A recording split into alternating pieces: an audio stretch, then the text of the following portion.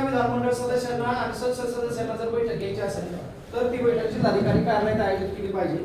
त्याच्या अगोदर जिल्हाधिकाऱ्यांची पूर्व परवानगी पाहिजे. एवढंच नाही तर जे काही प्रलंबित विषय आहेत त्या विषयांची यादी जिल्हाधिकाऱ्यांना द्यायची. जिल्हाधिकाऱ्यांनी त्याच्यावरती त्या विभागाच्या प्रमुखांचं म्हणणं मागवायचं आहे आणि त्याच्या परिपूर्ततेसाठी बैठक आयोजित करायची आहे. बैठक आणि जनता दरबार. लोकशाहीमध्ये दरबार ही संकल्पना मान्य असायची काम येत नाही. दरबार राजाचा असतो आणि आमदार काय तालुक्याचा राजा नाही. हे जरी लंडनला शिकून आले असते स्वतः राजपुत्र जरी असले ना तरी हे तालुक्याचे राजे नाही. आमदार आहेत आणि विधिमंडळ सदस्य आहेत म्हणून आम्हाला त्यांचा आदर आहे इथपर्यंत ठीक आहे. परंतु तालुक्याच्या प्रशासकीय प्रमुखांना घरगडी असल्यासारखं घरी बोलवायचं आणि घरी बसून अशा पद्धतीने कारभार करून बेकायदेशीर जनता दरबार घ्यायचा हे मान्य नाही. आणि हे बेकायदेशीर आहे. महाराष्ट्र सरकारचं परिपत्रक सांगतंय. मी सांगत नाही, मी तर सांगतोय बेकायदेशीर आहे. आणि सगळ्यांचं म्हणणं ते हा बेकायदेशीर कसा आहे शासनाच्या परिपत्रकामध्ये आहे. अशासकीय सदस्य, संसद सदस्य, विधानमंडळ सदस्य यांनी आयोजित केलेल्या बैठका किंवा दौरे यांना शासकीय अधिकाऱ्यांनी उपस्थित राहणे अपेक्षित नाही. हे स्पष्ट सांगतंय महाराष्ट्र शासन. काय संसद सदस्य, विधानमंडळ सदस्य यांनी आयोजित केलेल्या बैठका किंवा दौरे यांना शासकीय अधिकाऱ्यांनी उपस्थित राहणं अपेक्षित नाही. इथं जर आमदार नदीवर बघायला जायचं म्हणलं ना पूर आलाय की त्यांनी तहसीलदारांना बोलून घ्यायचं. तहसीलदारांनी दबाव कुठे जायचं. आमदार जायचं मांडवला हे पाहिला कशाचं पाऊस अतिरिक्त पाऊस झालाय लगेच तहसीलदारांना बोलून घ्यायचं. इथं स्पष्ट सांगते महाराष्ट्र शासन की आज त्या पद्धतीच्या खासगी दौऱ्याला तहसीलदारांनी जायचं काम येत नाही.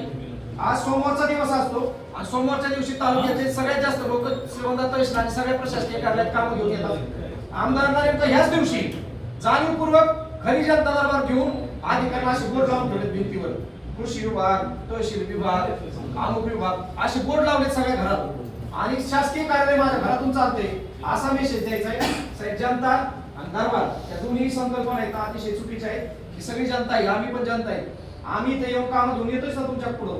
नाही मान्य झालं आंदोलन करतोय, पत्र देतोय, निवेदन करतोय. ही आमची पद्धत आहे. हेच लोकशाहीमध्ये अपेक्षित आहे. तुम्ही गॅझेटेड ऑफिसर आहात, तुम्ही क्लास 1 आहात, तुम्हाला दंडाधिकाऱ्याचा दर्जा आहे, कोर्टाचा दर्जा आहे, तुम्ही न्याय देता इथं कोर्ट केसेस चालवता.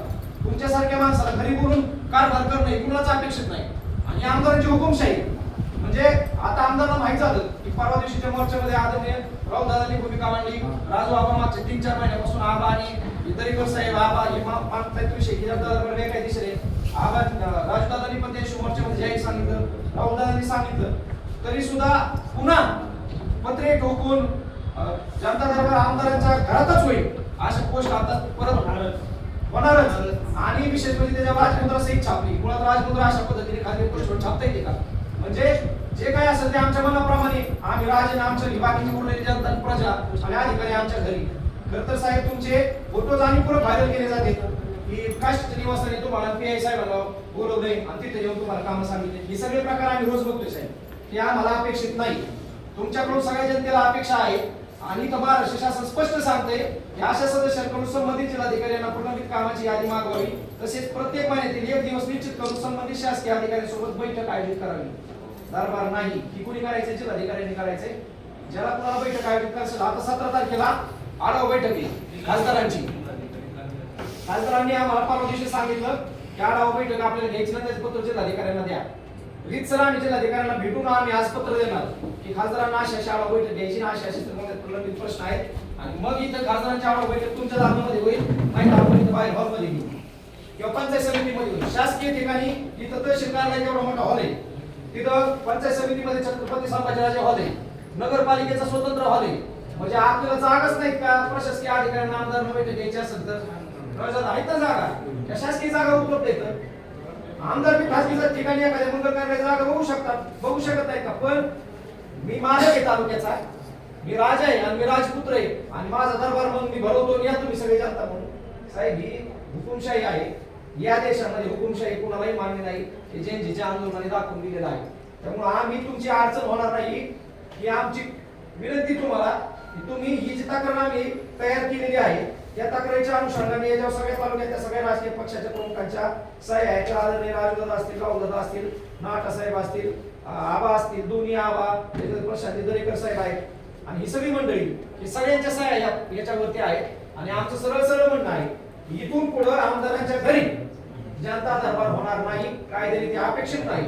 आणि तरी पण जर आमदारांनी आग्रह केला आणि तुमच्यावर दबाव टाकला तर तुम्ही त्यांना स्पष्ट सांगून टाका. कारण हे आंदोलन आम्ही माननीय नामदार देवेंद्रजी फडणवीस साहेबांच्या घरापुढे आंदोलन करणार आहोत। देवेंद्रजींच्या घरासमोर जर तुम्हाला वाटत असं आंदोलन होऊ नये नागपूरला, तर तुम्हाला आज बेकायदेशीर जनता दरबार घेता येणार नाही।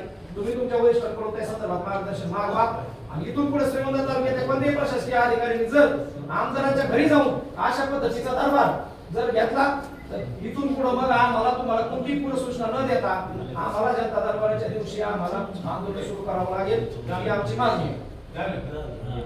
तुमचं काय बोलणं